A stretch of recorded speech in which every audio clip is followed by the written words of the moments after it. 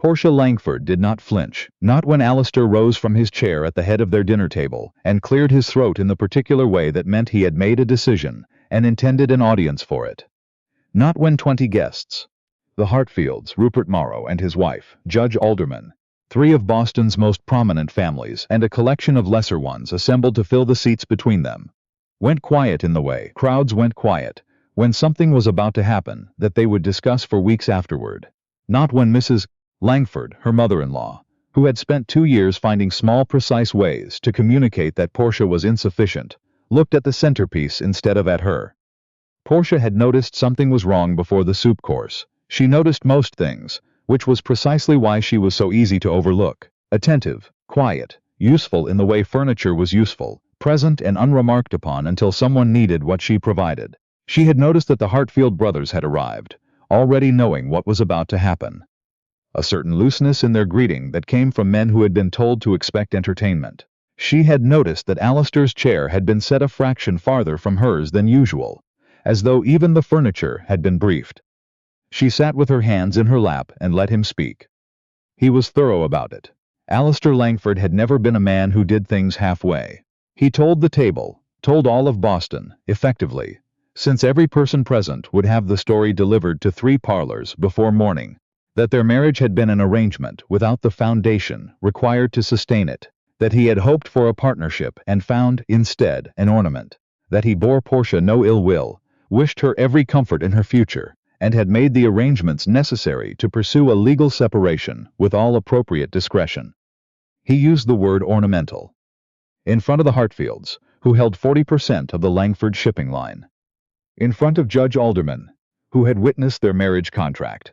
In front of 20 people who had eaten her food and admired her table, and complimented her arrangements without ever wondering whose arrangements they were. Portia looked at her wine glass. She looked at Alistair. She thought about the 12 account ledgers in the study upstairs, the ones he had handed to her 18 months ago, with the offhand comment that someone should probably keep track of the Liverpool correspondence, and she had nothing better to do. She thought about the 18 months she had spent doing exactly that, and rather more besides. She set her napkin on the table. She rose. The room went fully quiet. "I hope," she said, and her voice was level, the kind of level that required considerable effort and produced something that looked, to a room full of witnesses, like effortlessness, that the foundation you believe you've built proves more solid than the one you've just chosen to stand on. She walked to the door. No one stopped her. She did not look back to see his face. The weeks that followed had a texture Portia had not anticipated. Not the silence. She had expected the silence, the withdrawn invitations, the careful distance maintained by women who could not afford to be associated with a wife who had been publicly discarded. She had expected to become invisible in the specific way Boston made women invisible when they had outlived their social usefulness. What she had not anticipated was how much she did not mind. She examined this the way she examined everything, carefully, without rushing to a conclusion. She sat in the rooms of her childhood home, where her father received her without ceremony, and her mother brought tea and asked no questions that required difficult answers, and she looked at her hands and thought, "I expected to feel smaller. I do not feel smaller." She felt, if she was honest, clearer, as though 2 years of making herself fit a space too narrow for her had ended, and she was only now beginning to understand the actual dimensions she occupied. Agatha Fenmore came to call on a Wednesday morning, 12 days after the dinner. Portia had not sought her out. Mrs. Fenmore had sought her, which was how Agatha Fenmore operated. She appeared where she determined she was needed and did not wait to be invited. She was 63 years old, twice widowed, and ran the import firm her second husband had left her, with the organized precision of someone who had learned early that sentiment was a luxury and competence was not. She had been seated 3 chairs down from Portia at the dinner, and had watched the whole performance with an expression Portia had not been able to read at the time. She could read it now. "You didn't cry," Agatha said, settling herself into the good chair by the window and accepting the tea with the brisk nod of a woman accustomed to being served and not dwelling on it. "No," Portia said. "Good. Crying would have been satisfying for the room and useless for you." Agatha looked at her steadily, not with pity, something more useful. "Assessment. He called you an ornament." "He did." In front of Hartfield, a pause. Hartfield, who holds 40% of the Langford shipping line.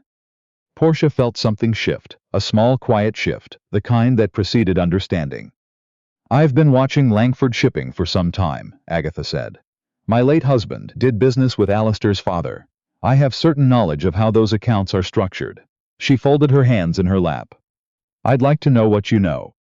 Portia told her. It took 2 hours. She told Agatha about the Liverpool correspondence, about Alistair handing her the ledgers the way he handed her everything administrative, without looking at her while he did it, as though the task were an object being set on a shelf. She told her about the months of meticulous record-keeping, about the discrepancy she had noticed in the 3rd month, a line item in the cargo insurance claims that did not match the original manifests. She told her about the pattern she had traced over 6 months of quiet, methodical work, systematic overcharging by the Liverpool factor, a man named Kendrick who had worked for the Langford line for 11 years, and whose long tenure had made him nearly invisible to oversight.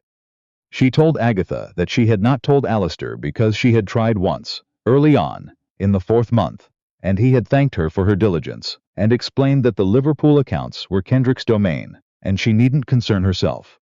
She told her that she had documented everything anyway. Agatha listened without speaking. When Portia finished, the older woman was quiet for a long moment, then she said, "Do you have the documentation?" "Yes." "All of it?" "Every ledger entry, every manifest cross-reference, and 12 months of correspondence I copied before it was filed." Portia paused. "I was thorough." Agatha Fenmore looked at her the way Portia had been looked at perhaps twice in her life, as though someone had just understood, fully and without qualification, exactly what they were looking at. "Yes," Agatha said, "I see that you were." Rupert Morrow was 41 years old, a lawyer of excellent reputation and careful habits who had handled shipping contracts for half of Boston's merchant class, and who received Portia in his office on a Thursday afternoon with the measured courtesy of a man who did not know what to make of her, and was too professional to let that show. She set the documentation on his desk and let the numbers speak. He read for 40 minutes. He asked 4 questions. Her answers were precise. When he set the papers down, he looked at her with the expression of a man recalibrating something fundamental. "You've already drafted the letter to Hartwell," he said. "I have. They have oversight authority under the original shipping agreement. The fraud is active. I estimate Kendrick has taken approximately $14,000 over 3 years. Morrow was quiet for a moment. Then, "Why didn't you go to your husband with this?"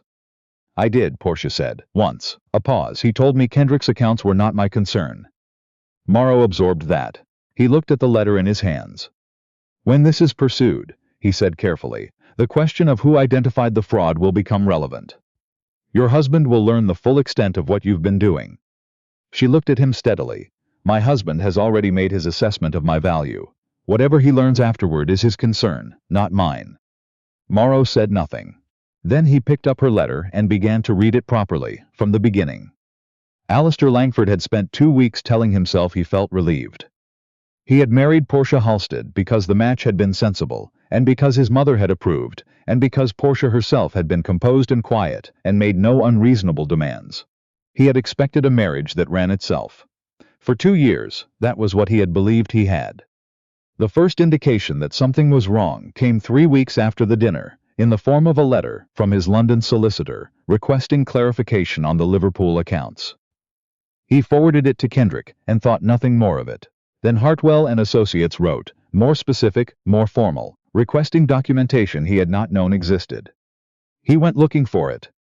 It was not in his study, his secretary told him, with the uncomfortable precision of a man who had been putting this off, that the Liverpool correspondence files had always been maintained by Mrs. Langford, and that she had taken them with her when she left.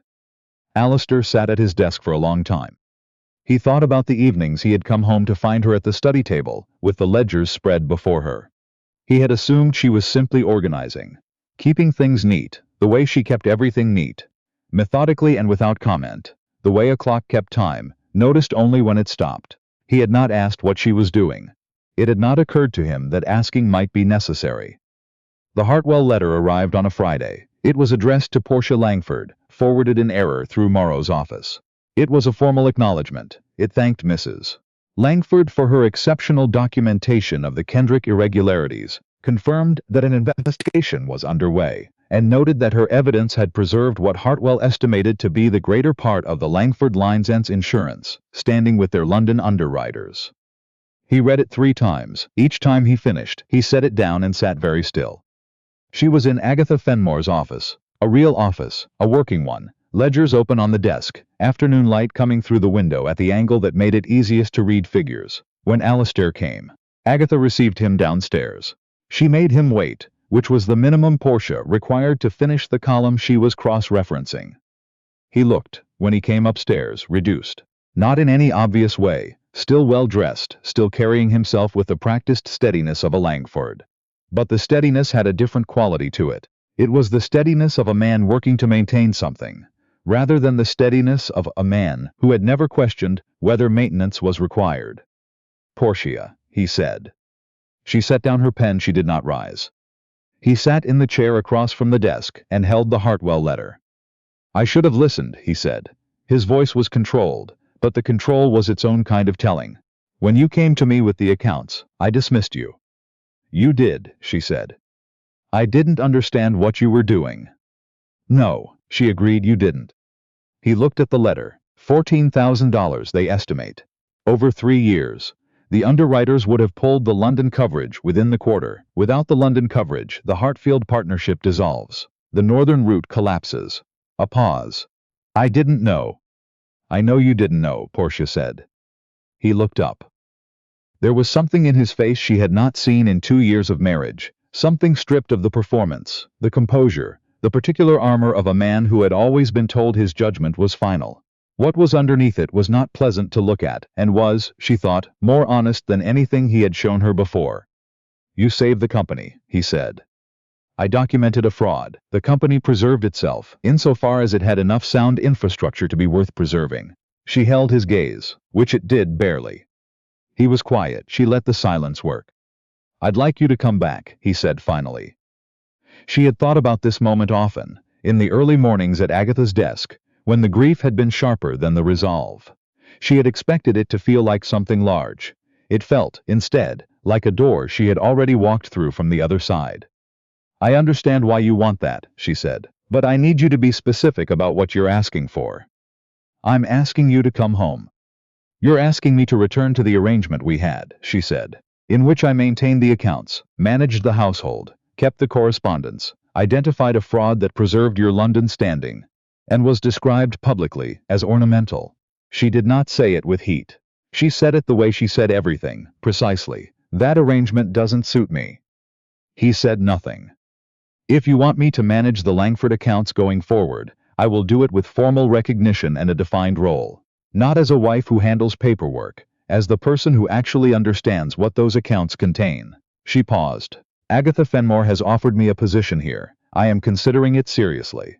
If you cannot offer me something more substantive than what I left, I will take it." He looked at her for a long moment. She could see him adjusting, not to her, not yet, but to the shape of a situation he had not anticipated and did not know how to navigate. "You'd know more about that than I would," he said at last. It was not gracious, but it was honest, and she had come to value honesty above grace. "Yes," she said, "I would." He set the letter on the desk between them. "Tell me what you want." She told him. Boston society did not reverse itself. It did not open its doors and pretend the Langford dinner had never happened. What it did, slowly in the particular sideways fashion of a world that prided itself on discretion, was adjust. It adjusted when the Hartfield brothers began requesting that correspondence regarding the northern accounts go through Portia directly. It adjusted when Morrow, in a letter to the Boston Merchant Association, noted with careful specificity that the Langford Line's avoidance of a significant insurance collapse was due to the diligence of Mrs. Portia Langford in identifying and documenting account irregularities. It adjusted when Agatha Fenmore, who had her own particular gravity in certain rooms, began introducing Portia at professional gatherings as her associate in import account consultation. Small things, precise things. Portia noticed them the way she noticed everything, carefully and without putting more weight on them than they deserved. She went back to the Langford house eventually. Not immediately. She took 6 weeks, and she came back to a study that was formally hers, to a role that was formally defined. Alistair was not warm. He was not yet capable of warm, and she did not require it. What he was, increasingly, was attentive. He read her assessments before making decisions. He stopped dismissing her before she had finished speaking. It was not love. She was clear-eyed about that. But it was the beginning of something she had not expected from him. Respect, offered awkwardly and arrived at late, but real. And she had learned, in the past months, that something real was worth more than something performed. One evening in October, she was finishing the monthly accounts when he appeared in the study doorway, not asking for anything, simply present in the new way he had developed, of acknowledging that the room she was in had weight. "The Liverpool replacement is working out," he said. The new factor had been her recommendation. "I thought he would," she said without looking up. He was quiet for a moment. Then, "How did you learn to read accounts the way you do?" She looked up. He was asking sincerely. She knew the difference now. She had learned to read him the way she had learned to read ledgers, with patience and without projecting what she wished to find. "The same way anyone learns anything," she said. "I paid attention when no one was watching." He nodded. He went back to his own work. She turned back to the accounts. Outside, October pressed against the windows, and the city moved through its ordinary business, and on her desk sat a letter from Agatha about a new import account that needed exactly the kind of analysis Portia had been doing for 2 years in the dark, except that now, her name would be on the work. She picked up her pen. There was a great deal left to build, and she had never been more certain of anything than the knowledge that she was the right person to build it.